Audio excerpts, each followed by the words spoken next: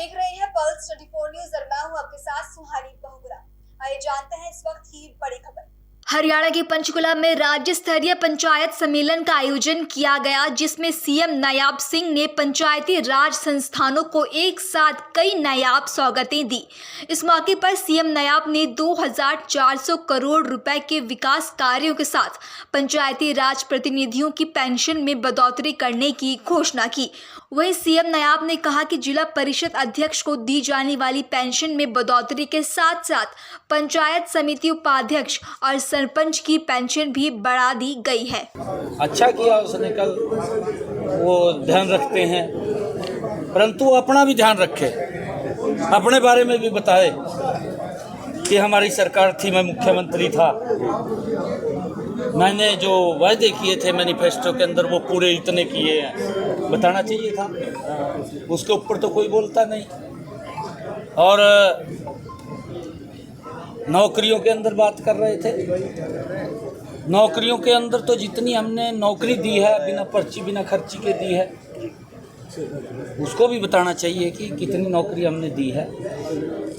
खाली झूठ बोलना, झूठ बोल करके गुमराह कर देना, ये अब कोई उस बात के ऊपर कोई तवज्जो नहीं देगा हुड्डा साहब की, क्योंकि दो ही व्यक्ति रह गए हैं, बापू बेटा हैं, कई रास्ते हैं कांग्रेस के, और कांग्रेस कमज़ोर हो चुकी है। और इस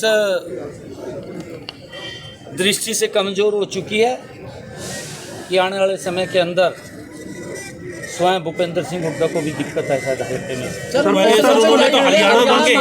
निशाना साधा जाता है सरकार की पोर्टल्स खोल दिए, तमाम पोर्टल्स काम नहीं करते, इस प्रकार की बातें विपक्ष लगातार करता रहता है और ये पोर्टल ही है जो सरकार को कहीं ना कहीं गर्त में ले जाएंगे।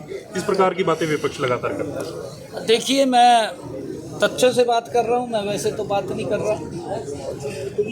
इनके समय के अंदर 2014 से पहले ये 10 वर्ष तक मुख्यमंत्री प्रदेश के रहे।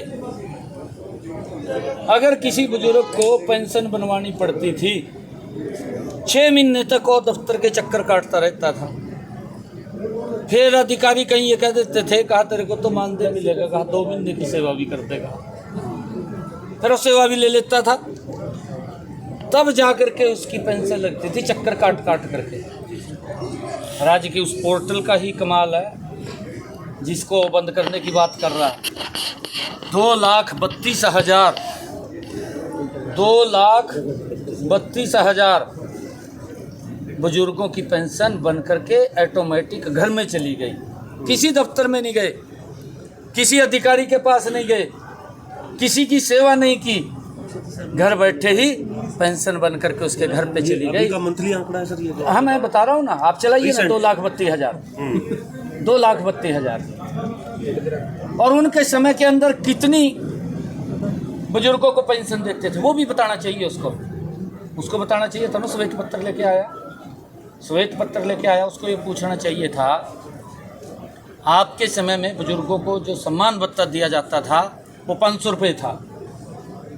2014 में जाते जाते ये उसको 1,000 रुपये कर गया। दिए तो नहीं, दिए तो हमने यहाँ, उसने तो नहीं दिए, उसने तो घोषणा की, ये तो हम कह रहे हैं। और हमने 10 वर्षों के अंदर आप लोगों के सामने आज बुजुर्गों को सम्मान भत्ता हम 3,000 रुपये दे बढ़ाएंगे सर। और बढ़ाने की कोई है? देखिए, हमारी जो एक सिस्टम चला हुआ है, उस सिस्टम के तहत हम बुजुर्गों का सम्मान कर रहे हैं। हमने उसको महंगाई के साथ भी जोड़ा है, उसको लेकर के हमारी सरकार मजबूती से हर वर्ग का ध्यान कर रही है, हर वर्ग को जीवन को सरल करने का काम कर रही है। परंतु कल वो एक श्वेत पत्र लेकर के आया। श्वेत पत्र तो उसकी सरकार के अभियान शुरू किया है। हरियाणा मांगे भाजपा से इंसाफ, भाजपा से हरियाणा मांगे इंसाफ।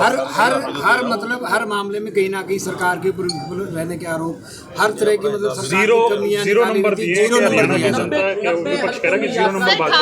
मैं अभी, क्योंकि आज हमने पंचायतों को एक बड़ी सौगात दी है और मैं अवश्य हर एक पॉइंट के ऊपर बात करूंगा, क्योंकि हमारा ये कार्यक्रम दब जाएगा जो आज का हमने कार्यक्रम किया है, बहुत अच्छा कार्यक्रम किया।